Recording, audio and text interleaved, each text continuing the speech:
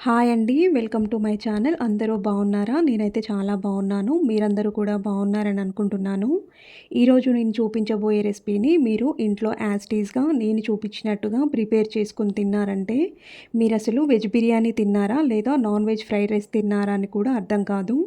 Fried rice ఫ్లేవర్‌తో పాటు బిర్యానీ తిన్న feeling కూడా వస్తుంది. బిర్యానీకి, ఫ్రైడ్ రైస్‌కి ఏమాత్రం తీసిపోని రెసిపీ అండి ఇది.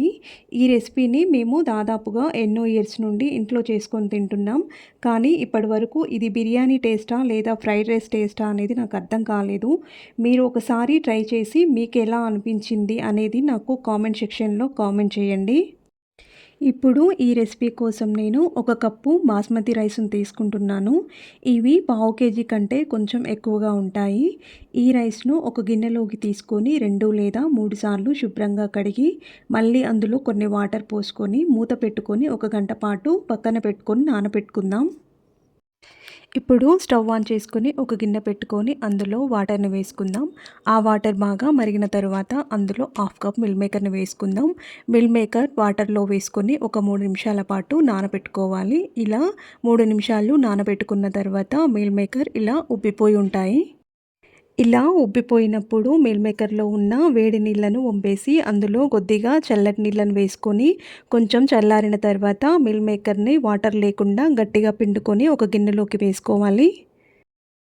ఇలా గట్టిగా పిండుకొని గిన్నెలోకి తీసుకున్న మీల్ మేకర్లో కొంచెం కారం, కొంచెం ఉప్పు, కొంచెం ధనియా పౌడర్, కొంచెం పసుపు, గరం మసాలా పౌడర్ కొంచెం, ఒక చెంచా కార్న్‌ఫ్లోర్, అర చెంచా బియ్యపు పిండి, కొంచెం అల్లం వెల్లుల్లి పేస్ట్ వేసుకోవాలి. అలాగే మీకు ఇష్టమైతే చిటికెడు ఫుడ్ కలర్ని కొంచెం వాటర్లో కలిపి వేసుకోవాలి. ఫుడ్ కలర్ ఇష్టం లేని వాళ్ళు వేసుకోపోయినా పర్వాలేదు. ఇవన్నీ వేసుకున్న తర్వాత అంతా మంచిగా కలిసేలాగా అన్నీ కలిసి ఒకసారి కలుపుకోవాలి. ఇలా ఫుడ్ కలర్ని వేసుకున్న తర్వాత మిల్ మేకర్స్కి అంతా పట్టేలాగా మంచిగా కలుపుకొని ఒక 10 నిమిషాలు పక్కన పెట్టుకుందాం. ఇప్పుడు ఇందులోకి కొత్తిమీర, పచ్చిమిర్చి, పుదీనా, టమాటో, జీడిపప్పు పలుకులు, ఆనియన్, కరివేపాకును తీసుకుందాం. టమాటోని, ఉల్లిపాయల్ని సన్నగా కట్ చేసుకొని పక్కన పెట్టుకుందాం. ఇప్పుడు స్టవ్ ఆన్ చేసుకొని ఒక ప్యాన్ పెట్టుకుందాం. ప్యాన్ బాగా వేడైన తర్వాత అందులో 4 టేబుల్ స్పూన్ల ఆయిల్ వేసుకుందాం. ఆయిల్ బాగా వేడెక్కిన తర్వాత అందులో మనం ముందుగానే కట్ చేసి పెట్టుకున్న ఆనియన్స్ని వేసుకుందాం. ఆనియన్స్ను వేసుకొని బ్రౌన్ కలర్లోకి వచ్చేదాకా ఫ్రై చేసుకోవాలి. ఇలా ఆనియన్స్ను 5 నిమిషాల పాటు మాడకుండా బ్రౌన్ కలర్లోకి వచ్చేదాకా ఫ్రై చేసుకున్న తర్వాత ఒక ప్లేట్ తీసుకొని ఆనియన్స్ను అందులోకి వేసుకోవాలి. ఇలా ఆనియన్స్ని కూడా తీసి పక్కన పెట్టుకున్న తర్వాత అదే ప్యాన్లోకి మనం కలిపి పెట్టుకున్న మిల్ మేకర్స్ని కూడా వేసుకోవాలి. మిల్ మేకర్స్ని వేసుకున్న తర్వాత అడుగంటకుండా నెమ్మదిగా కలుపుకుంటూ ఒక 5 నిమిషాల పాటు మంచిగా ఫ్రై చేసుకోవాలి. ఇలా ఫ్రై చేసుకున్న మిల్ మేకర్స్ని కూడా ఒక గిన్నెలోకి తీసుకొని పక్కన పెట్టుకోవాలి. ఇప్పుడు స్టవ్ ఆన్ చేసుకొని ముందుగానే బియ్యాన్ని నానబెట్టుకొని పక్కన పెట్టుకున్నాం కదా, అందులో కొద్దిగా ఆయిల్ వేసుకొని రైస్ను ఉడికించుకోవాలి. రైస్ని మరీ మెత్తగా కాకుండా పొడి పొడిగా ఉడికించుకోవాలి.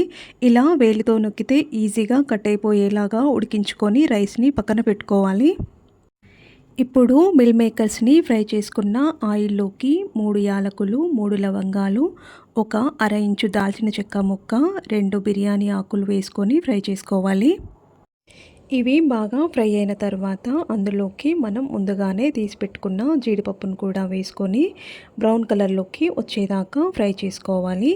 జీడిపప్పు పలుకులు కూడా ఫ్రై అయిన తర్వాత ఇందులోకి కొంచెం ఫ్రెష్గా ఉన్న కరివేపాకును కొంచెం నలిపి వేసుకుందాం. కరివేపాకును వేసుకున్న తర్వాత 1 నిమిషం పాటు బాగా ఫ్రై చేసుకోవాలి. కరివేపాకు ఫ్రై అయిన తర్వాత కొంచెం పుదీనా కూడా తీసుకొని 1 నిమిషం పాటు పుదీనాను కూడా ఫ్రై చేసుకోవాలి. అలాగే కొంచెం సన్నగా తరిగి పెట్టుకున్న కొత్తిమీరను కూడా వేసుకొని ఒకసారి కలుపుకొని 1 నిమిషం పాటు ఫ్రై చేసుకోవాలి. మనం ముందుగానే సన్నగా పొడవుగా కట్ చేసి పెట్టుకున్న టమాటో ముక్కల్ని కూడా వేసుకొని అంతా కలిసేలాగా ఒకసారి కలుపుకోవాలి. టమాటో ముక్కల్ని వేసిన తర్వాత మీడియం ఫ్లేమ్ మీద పెట్టుకొని ఒక 3 నిమిషాల పాటు టమాటో ముక్కల్ని మెత్తగా ఉడికించుకోవాలి. టమాటో ముక్కలు మెత్తగా ఉడికిన తర్వాత అందులో కొద్దిగా పసుపు కూడా వేసుకొని అంతా కలిసేలాగా ఒకసారి కలుపుకోవాలి. తర్వాత మనం ముందుగానే ఫ్రై చేసి పెట్టుకున్న ఫ్రైడ్ ఆనియన్స్లో సగం వరకు వేసుకొని మిగతా సగం పక్కన పెట్టుకుందాం. ఇలా ఫ్రైడ్ ఆనియన్స్ కూడా వేసుకున్న తర్వాత ఒకసారి కలుపుకుందాం. ఇలా ఆనియన్స్ కూడా వేసుకున్న తర్వాత ఒకసారి కలుపుకొని అందులో ఒక చెంచా అల్లం వెల్లుల్లి పేస్ట్ కూడా వేసుకొని కలుపుకుందాం. ఇలా అల్లం వెల్లుల్లి పేస్ట్ వేసిన తర్వాత 1 నిమిషం పాటు పచ్చివాసన పోయేంత వరకు ఫ్రై చేసుకోవాలి. తర్వాత ఇందులో అర చెంచా ధనియా పౌడర్ అలాగే పావు చెంచా గరం మసాలా పౌడర్ కూడా వేసుకొని 1 నిమిషం పాటు ఫ్రై చేసుకోవాలి. ఇలా ఫ్రై చేసుకున్న తర్వాత మనం తినే కారానికి తగ్గట్టుగా కారం వేసుకోవాలి. ఇక్కడ నేను అర చెంచా వరకు కారం వేసుకుంటున్నాను. మీరు కావాలనుకుంటే చెంచా కూడా వేసుకోవచ్చు. తర్వాత కొద్దిగా ఉప్పు కూడా వేసుకొని ఒకసారి కలిసేలాగా కలుపుకుందాం. ఉప్పు కారం వేసుకున్నాక అరకప్పు వరకు ఫ్రెష్గా ఉండే గడ్డ పెరుగును వేసుకొని కలుపుకోవాలి.